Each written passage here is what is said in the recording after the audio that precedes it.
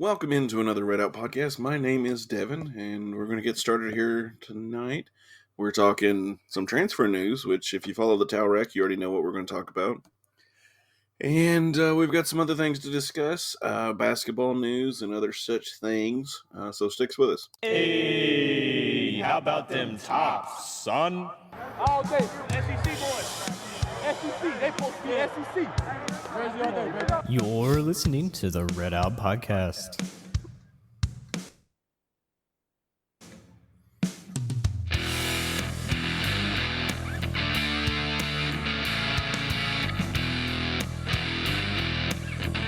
All right, guys. So we're going to get a quick word from our sponsor here. In the past, I've needed a therapist. We all need someone, and it's a strong person who can admit it. I talked to my doctor, who referred me to a therapist, and I really didn't have much say as to who the therapist was. But with this episode's sponsor, BetterHelp, you do. You can filter out who you'd like to talk to, age, gender, religion, and more to pair you with the person who works best for you. And if the person isn't exactly who you were wanting, you're not stuck. You can switch counselors. BetterHelp strives to offer affordable, professional, and accessible online therapy. So go to betterhelp.com/redout today to save 10%. By doing this, you not only support us, you can work toward a brighter, healthier you. Thank you to BetterHelp for sponsoring this episode. All right. So thank you again to BetterHelp. Sign up today. You get 10% off using the code REDOUT. Actually, back up. If you use our code betterhelp.com/redout, you'll get 10% off. Just like I said in the read. So, Jared, I got you in there, buddy. Yeah, how's it going? Going good. I'm having a nice week. You know, we're getting some bad weather tonight, but that's okay because guess what? Dallas lost. Yeah. Ultimately, The Cowboys lose, and the America Patriots. wins. And the Do what? Patriots. And the Patriots as well. Yes. And by the way, Roethlisberger's prediction was correct. Yeah. Ironically. I mean, I don't know. I feel like that's kind of like shaving points, right? Yeah. Which, in all honesty, like they didn't play very good at all. Yeah, I think he was ready to fade into the sunset. Honestly, yeah, he's wanting to go off into that Pittsburgh night. When he retires, I wonder if he gets a watch. I don't know. Because if he does, he should mail that to McCarthy. They got to learn some like clock management down there. That was very sad. Yeah, like that was not the ref's fault at all in Dallas at all. No. Like, that was completely Dak's fault. I blame Dak, one. But I also blame the entire Dallas Cowboys organization in general because, like, I read a tweet from Tony Dungy, and he's like, you know, I don't know. He quote, paraphrasing here, he's like, I don't know why Dallas fans are surprised they haven't been able to manage the clock all year. And I was like, he's right. You know, You know, if a Hall of Fame coach calls you out on it, then it's got to be pretty close to right. So. Yeah. I'm sure he's spot on.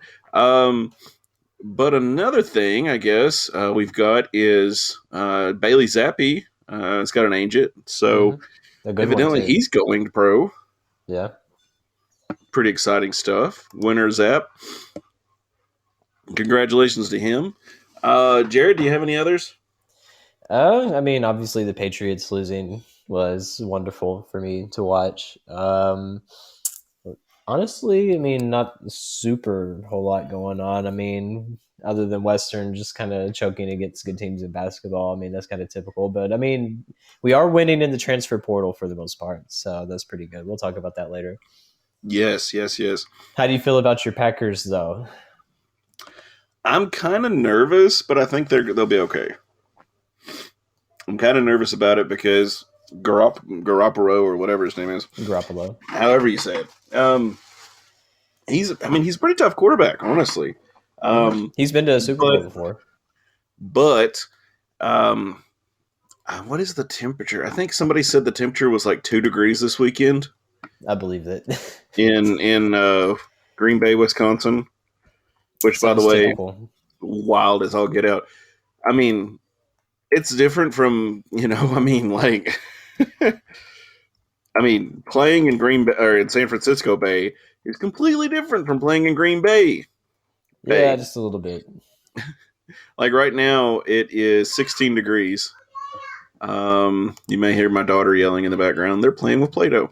Nice. Yes, the temperature Saturday is 21 degrees. The low is 3 degrees. Let's see. Trying to find like an hourly thing here. But see, and that's the reason I'm not too nervous because those guys are pretty typically used to playing in this temperature, living in it, That's my only saving grace. Honestly, I'm when it's hoping above they're. freezing, like that's a heat wave in Wisconsin. Oh my gosh, they're probably wearing shorts in Wisconsin when it's above, 32. above freezing. Yeah.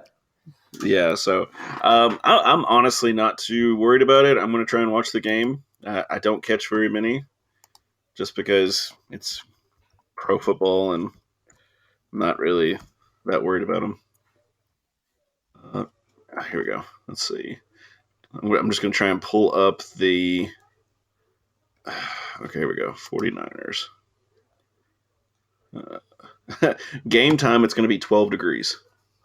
Nice. That's not too bad. Is it going to be snowing, though? I love snow playoff games. It doesn't say. Let's see here who they got it connected to. Oh my gosh. Okay. So the 21st, 2 days from now. Game time. What time did it say? Was that 7? That's 8:15 p.m. Eastern. So 7 p.m. Central. It's going to be 11 degrees for the entirety of the game. And the feels like is going to go from 0 to -4 at 10 p.m. Man. No snow. No snow. Clear. Better get those heaters ready. Psh. And honestly, this is one reason I love Green Bay football because it's just the the cold and just the craziness of everything. So here's my question for you, though, real quick. As someone that okay. was an equipment tech, hypothetically speaking, what would happen if you're playing in a place like Green Bay and like wherever you have your all your heaters plugged in, like that outlet just stops working and all the power goes out for them? First off, I really wasn't a manager, but my plan would be to have like 80, 100-foot cords just at my disposal at all times. Yeah. And I'm going to be plugging in stuff and running around the field looking for something to plug it into to try and keep these heaters going. But, okay, now here's the thing. With Western, like, some of the offensive linemen had, like, this thought process, I guess, that if you were soft if you wore, like, Under Armour and stuff like that. Mm-hmm. So they would, like, wear, like, a T-shirt and just the rest of their gear. And I'm like, y'all are nuts. I mean, I've seen some defensive players, I think, at Western wear like an entire hoodie underneath their pads. Yes, and I cannot understand that either. Like, when I played in high school, like, I had the leggings, I had the high socks, I had the Under Armour stuff going. I was not going to get cold. Mm-hmm. Like, I'm going to stay warm. But once you start playing and you get hot and stuff, you don't feel the cold as much. Mm-hmm. It's when you come off the field that you're like, dang, it is cold out here. And everybody does that little huddle together move. Was there ever a snow game that Western had when you were there? Because I could not think of a game where we would play in where it was snowing. Nope. Not the only game that came close was the first game we played North Texas. And it was sleeting during that game. That's the closest it's come to snow. If we ever join the MEC, though, there's a good chance we'll finally get one. Thanks a lot, MTSU losers. Middle, gosh, back fat of Nashville, weighing us down. Like the blip that people pass and don't even realize it's there. Gosh. But no, I'm pretty tickled with the matchup. As far as Green Bay is concerned, they are they're 6-point favorite. I'm pretty sure Monday or Tuesday they gave San Francisco 6 points, which wow, I was blown away at that because I'm like, it's at home. How is this working out? Yeah, it's not going to be like 50 degrees like it is in San Francisco in the wintertime. Yeah, I mean. Which, by the way, I wonder what the temperature is in San Francisco on Saturday. I know people from California, and they break out like hoodies and jackets and stuff at 50. It's just like people from Florida. Um, oh my gosh, I didn't realize there was a San Francisco Coloco, Mexico. I just assumed San Francisco was just a regular. Okay, let's see. Saturday in San Francisco, high of 63, low of 47. Yeah, they're going to get like shock. Yeah, that's not going to feel good. If I am the coach for San Francisco, I'm going to be like, all right, guys, we're going early. Be like, get on a plane. If I was we're going to rent something, and we're going to stay, and y'all going to get used to the cold. Yeah, see, if I was a head football coach and I knew that I'd have a game like that, I'd be taking my team to like northern Canada in the off season in like late January in like Barrows, Alaska or something, where like the most northern port in the United States, and just play in the ice. No. See, you're not thinking logistically. See, like what you could do logistically, it would be cheaper to buy a freezer or a cooler and try and make it big enough for the team to kind of huddle into and make them kind of get climatized to it. That would be easier than flying them. No, get the full experience. The whole experience. No, we wouldn't fly. We'd take like those Alaskan bobsleds or whatever with the Huskies. The dog sled, yeah. Yeah. It would be a bonding experience for the team, and plus, once they would be playing in negative 10-degree weather instead of negative 50, that'd feel like a heat wave. Jared Rosdeutscher, coach of the Miami Dolphins, was fired today after he got into it with his franchise quarterback over a dog sled trip to Barrows, Alaska. If he wants to get an extension on his contract, he better do it. I think we've already seen how that plays out, buddy. But I digress. We had 3, would you say major transfers? At least one is. Yeah, one of them was really big. The others are still pretty solid, though. I agree. We got a transfer from West Virginia. I do have some bad news, though. Uh-oh. Go. I unfortunately have to break the news to WKU's fan base that his last name is not pronounced Doge, like the meme. And after doing more research, like apparently I was watching some videos on YouTube of these West Virginia fans talking about him, and they said Diggy, but that's technically wrong too. I was watching like game footage and highlights, and the announcers were saying Daggy. So Jarrett Daggy is his name. Yeah, but is that right? Well, I mean, that's what the announcers were saying, so I would say so. They would have the media guys with the pronunciation. I know Western has one with all the pronunciation as well, so that should be what it is. Yeah, but how many times do they mess up Iggy's name, too? Well, they just say Iggy instead of Diego anyway, so. Touche. I will say when I saw that Jarrett signed with us, I saw the name and I immediately thought of you, Jared. Mm-hmm. I was like, oh, he's going to be so tickled with the Doge memes this year. I know. I got a Doge fathead that I had when I was a student. It's still somewhere in my house. That's funny. I was wanting to bring it out. I might still bring it out because, I mean, there's still memes about it. But I will say Jarrett has the greatest Instagram handle I've ever seen. It's at Teach Me How to Daggy, like his last name. Instead of Teach Me How to Dougie, Teach Me How to Daggy. That is incredible. That I honestly love that. And like when you said that in our little group chat, I honestly kind of liked him a little more. And he went from 0 to +1 right there. Yeah, I mean, he's definitely going to be different than Zappy, so we might as well go ahead and kill those comparisons. But even just personality-wise, like he's already way different than what Bailey was. I mean, Jared's going from a big school like West Virginia where, I mean, I have done some research on him, and he was kind of polarizing for a lot of the Mountaineers fans. There were some that blamed him for a lot of their losses. I mean, they were about 500 with him as a starting quarterback in his time there, which isn't horrible for the Big 12 because obviously that's a good conference to play in, especially football. That's a really tough conference to win in. And he had some really high moments, like beating some ranked teams in the Big 12. But, I mean, he did have some other lower moments that was kind of made evident to me through other videos I'd seen, or like the Q&A I did with the Smoking Musket, which is like the West Virginia SB Nation account. And, I mean, I feel kind of bad for him because, like, the fans there did not treat him well at all. And I always think that's kind of messed up, just blaming everything on the quarterback. So no one was really surprised when he left. But I mean, statistically speaking, I mean, he has over 10,000 career yards in college. I think like 70 something touchdowns. I mean, he's done pretty solid. And when he's like, a lot of the issues that West Virginia had was like they did not have a good offensive line at all. Whenever he was rushed or like pressured, I mean, he would get sacked or throw an interception. Like I think he was like 19 touchdowns, 12 interceptions last season for West Virginia, which isn't super great, but I mean, he still had 3,000 yards.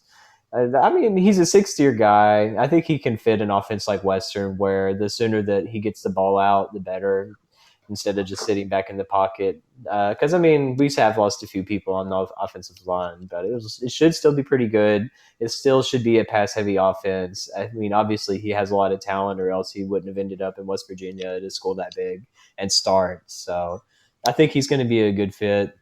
Just a little bit different direction after getting Bailey Zappi. I mean, he went from FCS into FBS and then dominated. And now you have someone that's going from Power 5 down to our Conference USA level, which I think he's going to be more comparable to like a Ty Story than a Bailey Zappi. So that's probably more realistically what we're going to be dealing with. And honestly, like I'm fine with that. We still got 9 wins with Stories, so I'll take that. Yeah. I mean, my only thing is I want to speak to the fan base and do not expect a Bailey Zappi every year. You know what I'm saying? That was rare because I didn't think that. I mean, I thought he was going to be good coming in. Just statistically speaking, he had big numbers and everything, but I didn't think we'd ever have anyone as good as Brandon Doughty, and that proved me wrong. So, I mean, it's and possible. broke Joe Burrow's record. I mean, yeah. That's the craziest part for me. I was like, I mean, once he started getting close to it, it was kind of one of those, I think he can do this. Yeah, and then I'm crunching the numbers, and I'm thinking, yeah, he's right there. He can definitely do this.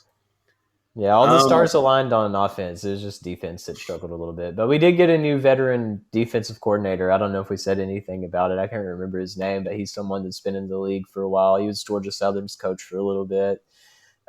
So he's going to be like one of the defensive assistants with Maurice Crom. So I think that's going to be good, having a more veteran presence. But we're still going to be losing Malone, so I don't know if that makes me feel any more confident or not. Yeah, I hate the Malone loss, but I wish him the best of luck in the pros. I'm hoping. Yeah, he's going to be in the Senior Bowl along with Bailey Zappi, so we do have at least 2 pro tops. With the potential. I'll give my opinion in a second. Would you rather him get drafted or go as a free agent? Malone or Zappi? Malone, or both, I guess. We'll do both. I mean, I want to see Zappi get drafted. And he signed with Clutch Sports, which is one of the bigger known agencies. He hired one of the best agents that you could probably get. So she looked nice. I mean, she's got a lot of clout too. And I mean, hiring a good agent is what makes a big difference, because that can get you advertising opportunities, that can help you with negotiations with getting a bigger contract and not just getting thrown to the curb as soon as you get signed somewhere. So that's going to be big for him. Obviously, I mean, with Malone, I would like to see him get drafted too. They've been looking at him for like the past 3 years, pro scouts have. So they have a lot of good tape on him. So I'm pretty sure that both of them will get drafted, and probably Stearns too. If somebody doesn't take Stearns, and that's going to be an easy undrafted free agent decision to get someone that had over like almost 2,000 yards catching. It's insane. Yeah. The only thing I think is hurting Malone was he didn't have as a productive year as he did in previous years. Mm-hmm. That's my only worry. I mean, technically, he had a better year this year than he did last year. Yeah, which I mean, last year he only had 71 total tackles, which that's still a lot. yeah, completely agree. 2019 he had 100. 2020 he had 71, and 2021 he had 94. So he's maybe it just, I don't know, maybe it just, his number wasn't called a lot like it was in the previous couple of years. You know what I'm saying? So. I mean, the front that we had with Ship and Juwan Jones and all of those guys, I mean, that was a good front 4 on the defensive line. So, I mean, they were able to share the weight a little bit instead of just having maybe him do a lot of the tackling and trying to save the plays a lot. So it could be a lot of factors. Honestly, with Zap, I'd like to see him get drafted because that's a guaranteed spot. For Malone, I don't know if I wouldn't mind him being a free agent. And the only reason I say that, I heard a previous football player talk before about his experience as a free agent. And when you're a free agent, you're treated like a king. Like, you walk in the front office and they've got a jersey for you on the, behind the desks. And, you're like, oh, cool. That's what my jersey would look like if I played here. Oh, yeah. We just fixed this up for you. It's just, oh, you want a drink with a little umbrella in it? Sure. Yeah, we'll do that for you. What I'm getting at is they roll out the red carpet for you and they make you feel special, Yeah, And so I had a cousin that was signed by the Bay. Well, I think it was the Falcons. I can't remember, but I remember my cousin talking about he was at his house and everything, and he was getting a phone call because this was like back before like everyone had like the big personal cell phones. Like he called the home phone. It was Lovie Smith, head coach of the Bears, and picking it up and like fleshing out a lot of those contract stuff like there at the dinner table at his cousin's house. So I mean, it's pretty cool to hear stories of people like how it's done, and of course, like all the stories too on draft day of what people were doing. like that kills me though. Like to pick up the phone and be like, "Hey, it's Bill Belichick," and be like, "What?"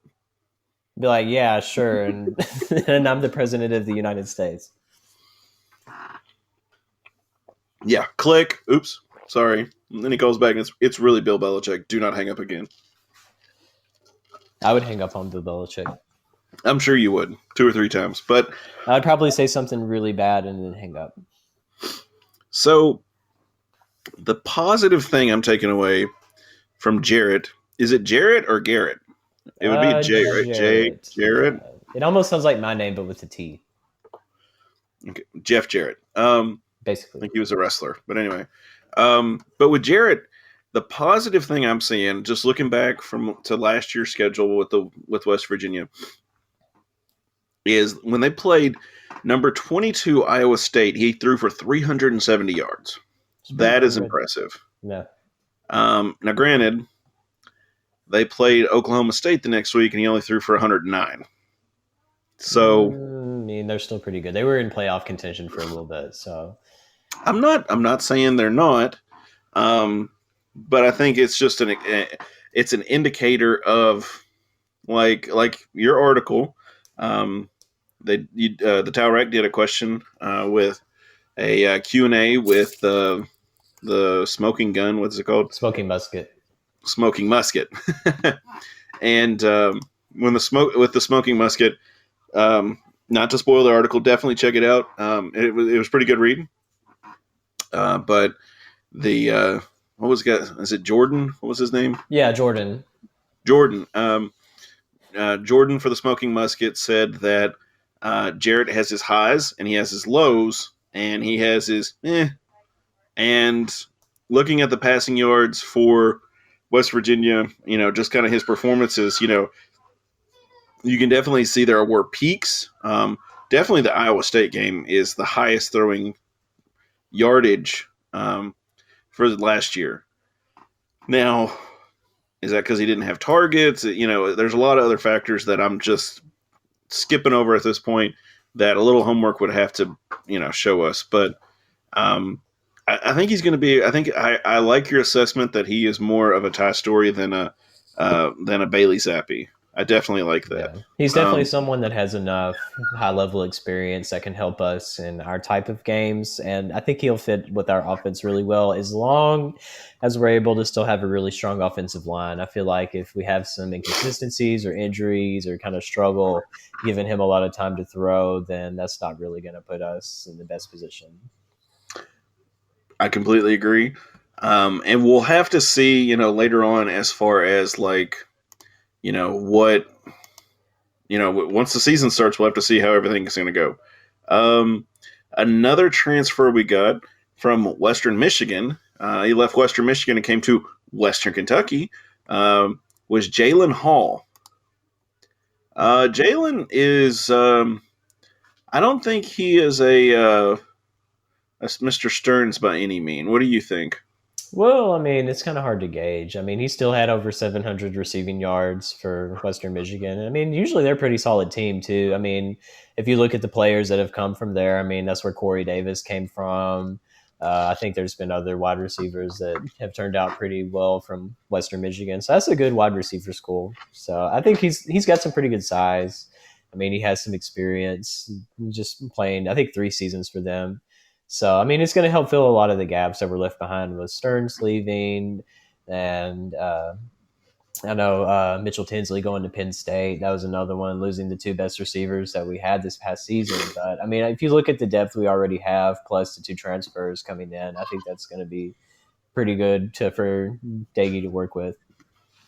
Yeah.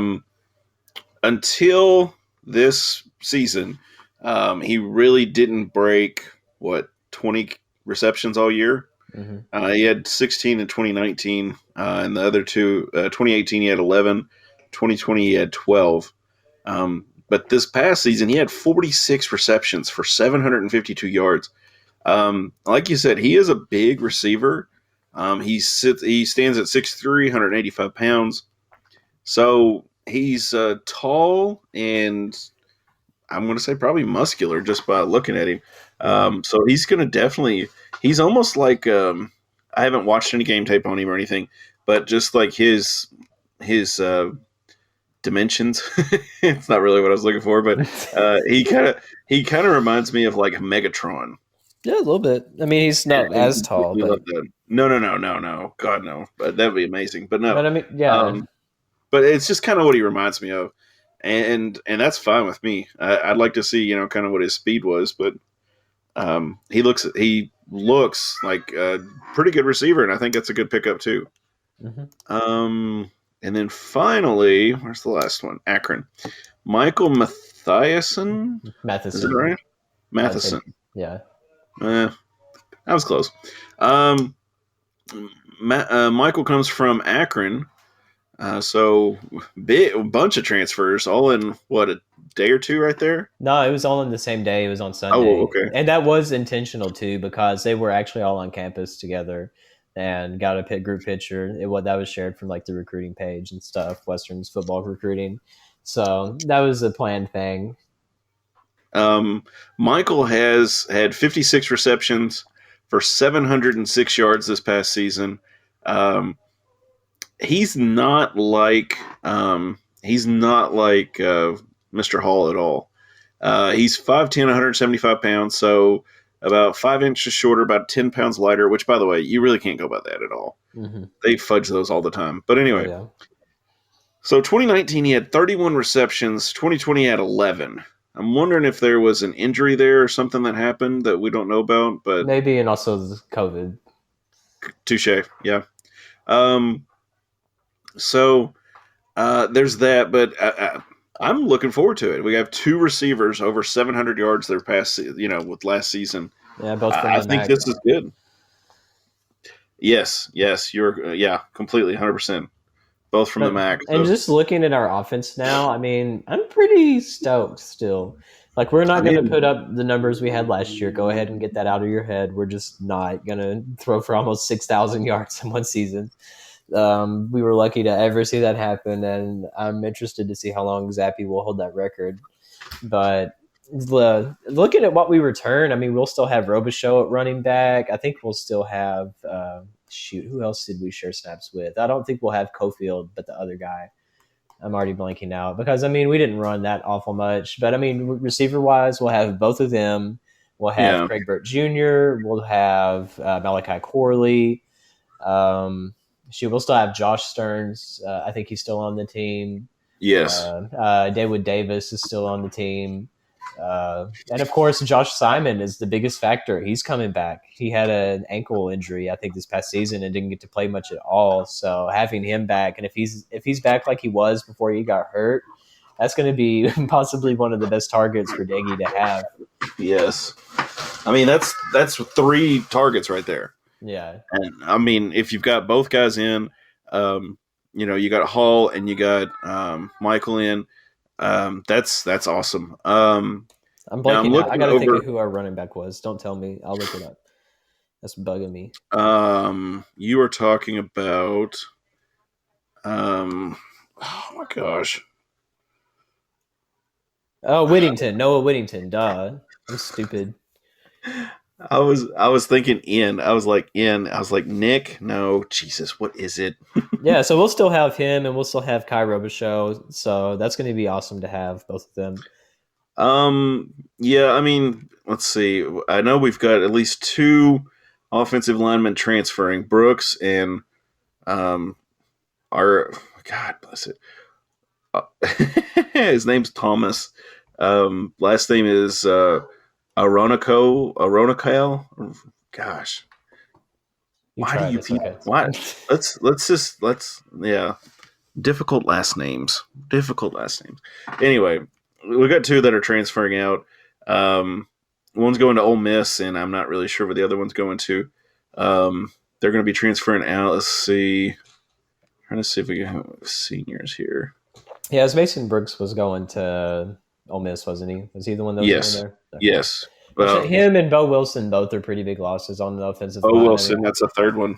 yeah, Bo's going pro. Mason's going to Ole Miss, as you said, and then Yes, to Lane Kiffin. Mhm. Is Kiffin still there, or did he leave? No, he's still there for the moment. He's probably going to try to stay there as long as he can, just to troll Tennessee fans each season. Which, in all honesty, is pretty funny. I would do that. I would definitely do that. I like Lane Kiffin more and more after I get used to them beating the far out of us at Tennessee. But, it's whatever.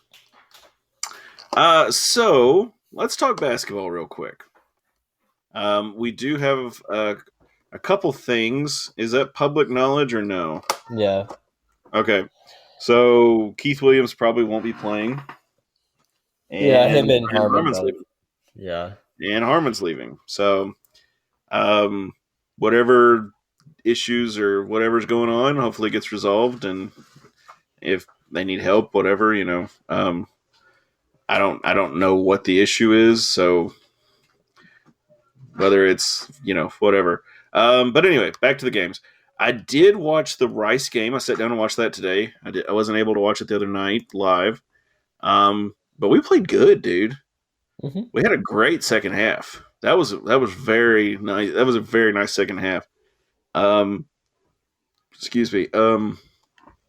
Let's see. FIU was. We talked about FIU, didn't we? That was the 8th. Yeah. We talked about it. Yeah, we did. Okay. So anyway, Rice.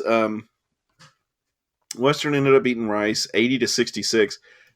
Rice played a really good first half against us. Yeah, they were shooting a lot of threes, but they were ice cold in the second half, thankfully for us. Oh, my gosh. Well, and honestly, I think North Texas saw that film and was like, all right, guys, we got to hit threes. We hit threes, we beat this team. And guess sure what? Enough, yeah. Yep. Sharp looked good. I thought it was really funny to see a guy who was what was the guy for Rice? What was he, like 6'8", 6'10", something like that? Yeah. Okay, it's only but he looked like a short person compared to Sharp, which was so funny to me. Yeah, like watching that game, I was like, dude, he looks short, and then they show him on the court, and I'm like, he's really tall. Like in my mind, it's hard for me to picture how tall Sharp really is at 7'5". Yeah, because I mean, I remember when Alex Rostov was the tallest player we had. Yeah. I don't know if my daughter's coming up here or not, but I can hear her talking. So field goal percentage, Western shot 50%-ish. Rice shot 41. 3-point percentage, Western shot about 6% more. She's working her way up here. Rice had 11 turnovers. Western had 8. And we actually out-rebounded them 38-33. So did you watch the Rice game?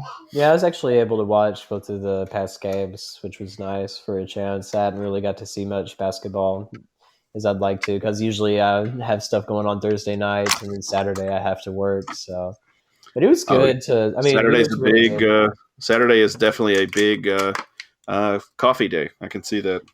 For no reason, too. Everyone goes to Starbucks on Saturday. It's like, if you want to go to Starbucks and not wait 15 minutes, then go any other day of the week besides Saturday, because one, we've probably had 4 call outs.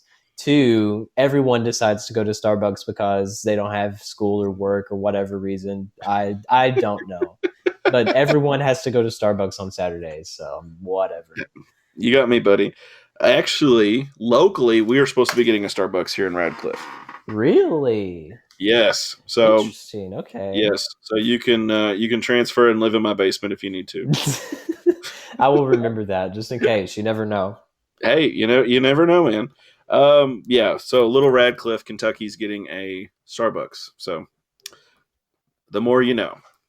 But Western led, basically dominated the second half. And Sharp played amazing. And I mean, he's a blocking king. Dude blocked a shot, and it was even in the replay. At first I thought, well, he fouled him, and then I watched the replay, and I was like, that was clean, and that was really cool. Like that could be a poster. And of course, one of my favorite plays was the Sharp. Was Justice no look to Sharp under the goal for the alley-oop. Prettiest thing you have ever seen in your life. Yeah, that was good. So let's see here. Yeah, and for those of you listening, if you want to watch the games, definitely check out Hilltop Revolt. I'm sure we've got some of those in our archive, but definitely check those out. That's how I watched it today. And then the awful North Texas game against Western. The only thing I can say to describe this, as I try to talk over my wife, is North Texas shot 3s and Western shot 2s. And you ain't ever going to beat anybody only taking 2 steps when they're taking 3. Yeah, then plus we almost lost our 3-point streak, which barely survived. We only made 3, and all of those were with less than 4 minutes left in the game.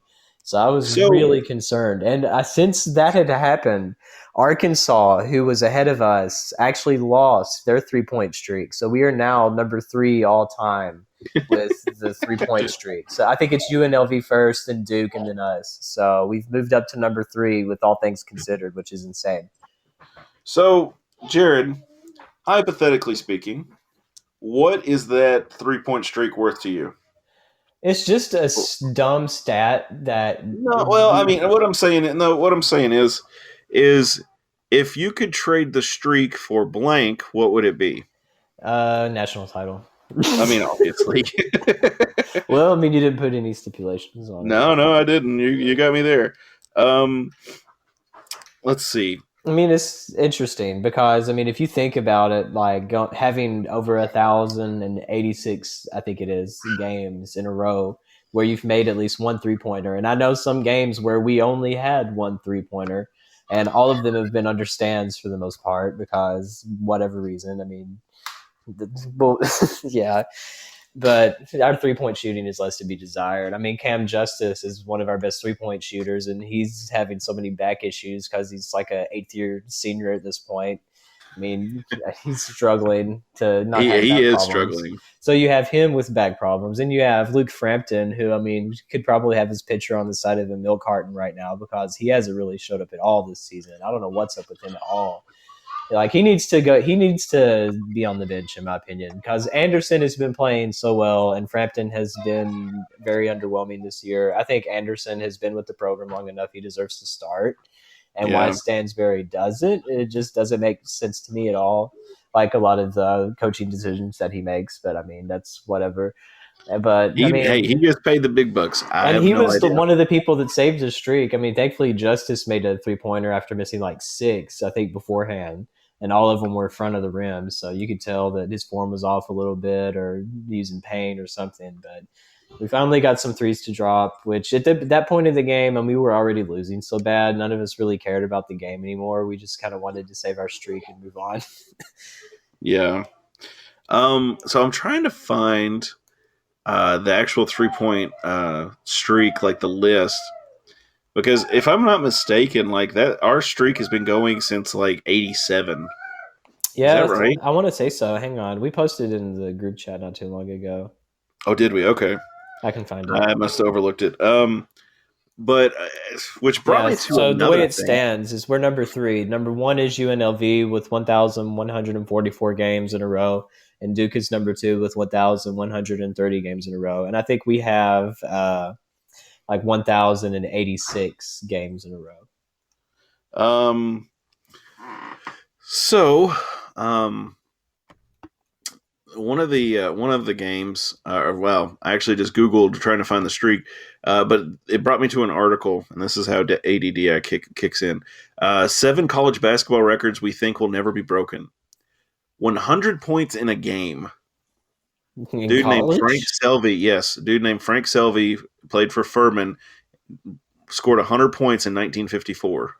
So that was before the 3-point line too, dude. I mean, even thinking in the NBA at the highest level, I mean, with Wilt Chamberlain's record of 100 points, I mean, the closest anyone's gotten to that was Kobe, and I think he got 81 against Jalen Rose. So, I mean, That it's is hard. wild. Like, you would have to take over the game, like, yourself. Like, you have to literally throw all 4 other teammates that you have under the bus and just do everything. It's that play. You can't play defense, though. Screw that. No.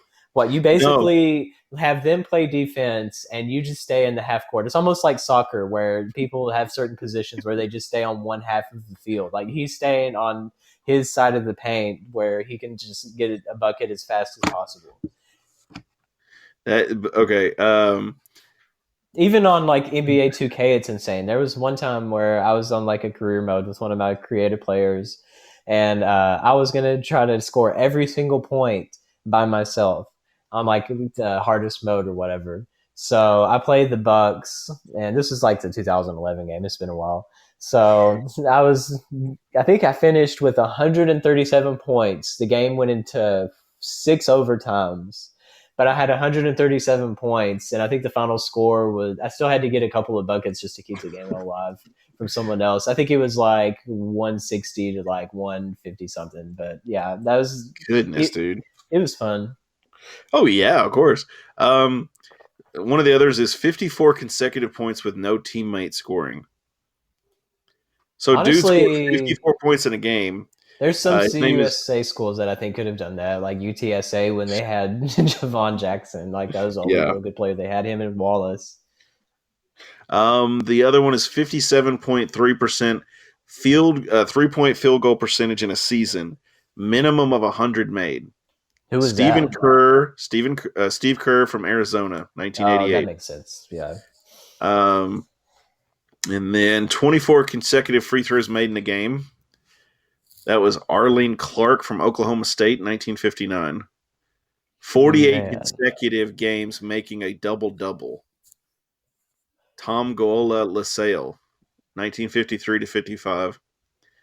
4.65 career assist to turnover record. Minimum 400 assists. Monty Morris, Iowa State, 2013 to 17. That's impressive. That's crazy. That's low. That's within the past few years. Yeah, but most of those records aren't going to be beat, especially like the one talking about the most points of just like one guy. No one's going to top that. 157 career games played. That's crazy.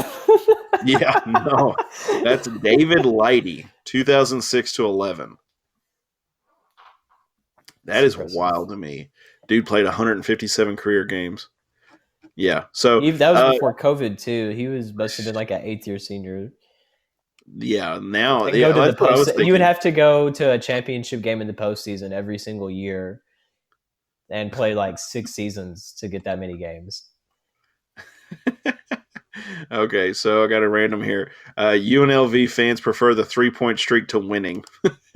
Honestly, that's kind of where we're at right now too. I mean, we want to win, but I mean, we have games like North Texas, and that's impossible. Yeah, that's. I'm trying to find like the list, but I'll look it up on the tail rack after a while. Anyway, yeah, honestly, like, so if you don't win a national championship, how far would you want to go in the tournament to give up the streak? You got to go to the Elite Eight? It has to be the Final Four minimum. Final Four, okay. Minimum. Like we I have was to gonna say- actually have a Final Four banner that doesn't have the little asterisk next to it, which is stupid. They still need to get rid of that. It's been 50 years. What about the the tweet from Florida State? Oh, that showing- was so funny. The fact that they actually hanged a banner for the 2020 season being canceled and they finished number 4 is that. And Laughable. people have always made fun of the Preds for all of the banners that they have too. God, Yeah, that's so. For those of you who don't know, Florida State they hung a 2020 NCAA banner, and it says NCAA 2020 canceled, and underneath it says number 4. So because Florida State was ranked number 4 at the time, they think they deserved a banner. I mean, technically they did finish in the Final Four of the standings, just that there was no Final Four game played. I mean, if I was Western, I'm surprised Zach Greenwell hasn't done that yet, like hang a banner up trying to take credit for something that we didn't accomplish, just to try to make it a little easier for stands. Yep. I mean, hey, you got to play that up. Yeah, I don't know. I'm skimming it and I don't see it. But anyway, so the North Texas game was just ugly. Did you catch it? Yeah, they basically dominated us in every aspect. I mean, our 3-point defense has always been garbage since we've had Stansbury, and I don't think that's a coincidence. I mean, they run the zone, and that's understandable. But you have to make adjustments if you want to keep them from doing that. And they have, like, North Texas has one of the best 3-point defenses in the entire NCAA. They were talking about that. And it was insane, like, just how fast they close out on people, especially, like, our players, like, on the perimeter. As soon as somebody would have the ball, there was a guy in their face immediately. Like, you can tell the difference of someone that's coached really well on 3-point defense and a team that's not, and you just kind of hope that they start missing, which North Texas didn't really do. So we ended up losing because of that. So tell me, this is what I don't understand. And for those of you who are Stans fans, that's fine. You have your opinions. We played Rice and we played man. We played North Texas. We play zone. What sense does that make? None. Like, and that's my thing. Honestly, like, you can say what you want to, and that's fine. He's coach. I haven't played past Little League basketball. You got me. Woohoo! But name me some of these, people who actually do analyzing for ESPN who. Besides the professional players, there are others that make the same assessments on things. But granted, anyway, Yeah, Western shot 16% from 3-point land. North Texas shot 43%. Yeah, you're not going to win a game like that. Going back to what you were saying, though, I mean, we've had 6 years of this now, and we've seen the same issues every single year, regardless of whether or not we have 5-star recruits or not. Yep. So, I mean, that's a coaching thing. And, of course, us not having 2 of the best players that were recruited in for this year, like Heath Williams isn't going to be able to play, and, of course, Harmon, he isn't on the team anymore, which is unfortunate. But, I mean, that's just kind of the reality of – I mean, the Stansbury takes these high-risk, high-reward guys and oftentimes strikes out. So it is what it is. Yeah. Like you said, sometimes it pays off, sometimes it doesn't. But I think it's the upside potential of it that he's more concerned with. And the North Texas game was very frustrating, though. Nobody was hitting. Western had 2 more turnovers than North Texas did. We actually had 2 more rebounds than North Texas did, too. But, I mean, you just got to be ready for them when conference tournament comes because we're going to be seeing them again. Probably, if we make it that far. Yeah, and after that game, who knows? So what were your assessments of that game? What do you think? I mean, we were just outcoached, honestly. I mean, McFarland is a really good coach. I'm surprised he's stuck with North Texas after last season, going to the NCAA tournament and doing decent, I guess, for Conference USA. I'm surprised he didn't get any bigger offers. But, I mean, he's put together a really good team at North Texas, even though they lost Hamlet and a couple of the guys that were on the team last year. I mean, they still have a lot of good production coming back. And Obviously, you're still one of the best teams in the West, along with UAB and Louisiana Tech. I mean, the West is kind of loaded, and the East is still kind of up for grabs. Matt Yeah. McKay put an article out today, State of Conference USA basketball, just kind of looking at all the teams. And I mean, Charlotte is technically one of the better teams in the East, which is interesting, but they haven't played as many games as us because of COVID. So I don't know how well you can really say that they are, and especially they didn't really play too many good teams in their non-conference. That it's kind of hard to gauge. It's same with them in Middle and MTSU. And I mean, Marshall has done terrible since getting in conference play, which is really surprising that they've kind of gone downhill the way that they have. Like they aren't the normal threat to us as they normally have been. Like we should, that was funny. Go ahead. In theory, we should do really well in the East, but and potentially win it and get the 1 seed. But I mean, if we keep shooting as ice cold as we did against North Texas and just continue to refuse to play 3-point defense, then I mean, I don't know. Yeah, that was something I saw though when I was looking. I was kind of you said something about the State of Conference USA, and I kind of glanced over at the standings, and I'm like, all right, Charlotte, interesting. Old Dominion, interesting. Middle, Western, FAU. Okay, we're all tied. We're half a game back. Okay, and then it's like FIU, Marshall. Yeah, that's interesting. They're getting ready for the Sun Belt. Evidently, you got, but I don't think you have to tank. So should somebody tell them? I think somebody should tell them they don't have to tank to go to the Sun Belt. I mean, the team they have now is probably already better than half the teams in the Sun Belt, anyways. Probably, but Marshall losing, America wins. But Charlotte Old Dominion is interesting to me. Old Dominion is not doing very well outside of conference play. They're 7-9 right now. It's not great. No, it's not great, but I don't know if they necessarily should be at the top of the conference. Let's see here. Okay, they've lost to Indiana State, 77-36. Geez, did they have Larry Bird come back? I know, right? They lost to East Carolina. They lost to Penn. I assume that's just Pennsylvania. Pennsylvania Quakers. Yeah, they have a really sick arena. It's like the cathedral of basketball. So I just want to say, I swear that I have like glance dyslexia, because sometimes when I look at words, I'm like, what did that say? And I almost said the Pennsylvania Quackers, but I caught it before I did it. You got, like I said, East Carolina. They lost to VCU. The Richmond Spiders.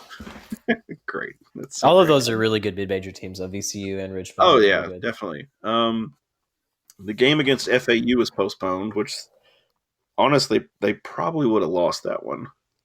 And they lost to UTEP. And they play Rice tomorrow night at 8 p.m. So that could be interesting. Yeah. I think I'm going to steal a phrase from you. I think Old Dominion's a paper tiger. Mm-hmm. Charlotte may be a different story, but Old Dominion, I think they're a paper tiger. I think they're going to drop. I mean, realistically, we should beat all of the teams in the East without any issues. But yes, we always play down to our competition, so I don't know if we will or not. Yeah, that's very frustrating and very hard to deal with. Yeah. I will say I was very pleased to hear the announcers talking during the Rice game about how difficult it is for teams to come in to diddle to play. Oh, it's such a great atmosphere. And I was like, that's great. I love hearing that. That makes me happy.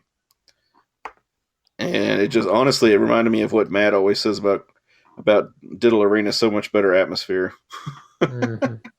But anyway, so let's go ahead and let's look at what Western's got next. Yeah, we've got 7 minutes. We might as well do that. Sorry, we're getting over here real quick. We've got FAU tomorrow night at 7 p.m. We will be in Boca Raton, so they don't have to worry about the snow. And Western has a 56.3% chance to win this game. They're giving Western 2 points. That's Which, pretty by the way, sad. Have you seen FAU's gym? It's like smaller than Franklin Simpson High School's gym. is it Honestly. really? I mean, it's got to be close. It's like the size of a standard high school gym. Like it's not a college, like a Division One mid major level gym. It is not that. It's bad. So usually, when the game's going to be pretty close, they give the home team the 2 points, but they're giving it to Western. So that tells me that we're going to get at least 4, which I can live with. I can live with that. BPI's got us at 56.3. I think it's going to be a good game. What do you think? I think we should, in theory, be able to win by at least 10 points, but whether or not we will kind of depends on, I mean, our 3-point shooting and if everybody shows up or not. Because, I mean, that hasn't really happened this season at all where everyone has showed up and contributed the way that they need to. We've had a couple of games where I think everybody averaged maybe 10 points, but that wasn't against like the bigger teams. So I'm not really sure. I mean, just the fact that they're only giving us like 56% chance to beat FAU in a gym that only holds how many people? Only 2,500. So that they'd be lucky to have more than 1,000, honestly. So, I mean, Yeah. And I mean, it's Saturday night in Boca. And most people like in Miami or somewhere else. Yeah, they're at South Beach. Which, let's see. I don't know. I don't know if Boca, if the students are back yet. I know that a lot of Maybe students less are back. people. I mean, I know UK students are back. I'm sure Louisville students are too. And of course, Western, I think they start back next week. Yeah, I was going to say, typically our schedule pre-COVID was that the students always start back the week after MLK Day. So, yeah. But I look forward to that game. I think it's going to be a fun one. Check it out. It will be. Let me go back and check. It will be on the CBS Sports Network. So if you can't watch it then, you can usually check it out the next day on Hilltopper Sports. You can check it there. And then, of course, Western's going to be playing FIU on the 22nd. That will be on ESPN Plus. Western's got a 59% chance there. We've already played them once and beaten them. We beat them 84-71. So, and this one is in Miami, so this should be fun. Mm-hmm. What do you think of the Miami game, Jared? I mean, it could go either way, but I mean, like I said, I mean, we should have a pretty good shot at it regardless. Yeah. I think it'll be a good game. Good rematch. Hopefully get Western warmed up for the big matchup next week against UAB on the 27th, which will be next, is that Tuesday? Gotta check my calendar here. No, 27th will be next Thursday. So we'll talk UAB next week. But UAB has been pretty tough this year from what I understand. Yeah, but they did lose to Rice, and they did struggle against FAU for a little bit before they scored like 6 threes in a row and were able to seal that game. But it was closer than it probably should have been for them, so I don't know. They lost to South Carolina by 3. Is so South that's Carolina another one. Good? I don't know. I mean, maybe they're like Louisville, that it's a good name and it's a good win on paper, but they're kind of down this year. South Carolina is 12th in the SEC, and they are 10-7. They are 1-4 in conference play. Yeah, so not that good. No, but they still lost by 3, so I'll give them that. But yeah, I think UAB will be a tough game for us. We'll see. Anyway, guys, definitely check out the Towel Rack. We will be coming back to you next week, talking more Western sports. Looks like Western's going to be playing on CBS Sports Network tomorrow night at 7 p.m. What is that time? Love it when 7 p.m. tomorrow night, probably 6 Central on CBS Sports Network. And then we play FIU on the 22nd, which will be on Saturday. That game is at 7 p.m. and we will be in Miami. So wonder if they're staying down there. Wonder how that works. Yeah, probably. I mean, it would make more sense. And then next week we'll be back to talk UAB, MTSU, and maybe Charlotte. We'll see. But as always, guys, go Tops. Go Tops. Whew, too loud. That's it. All right, see you, Jared. Have a good one.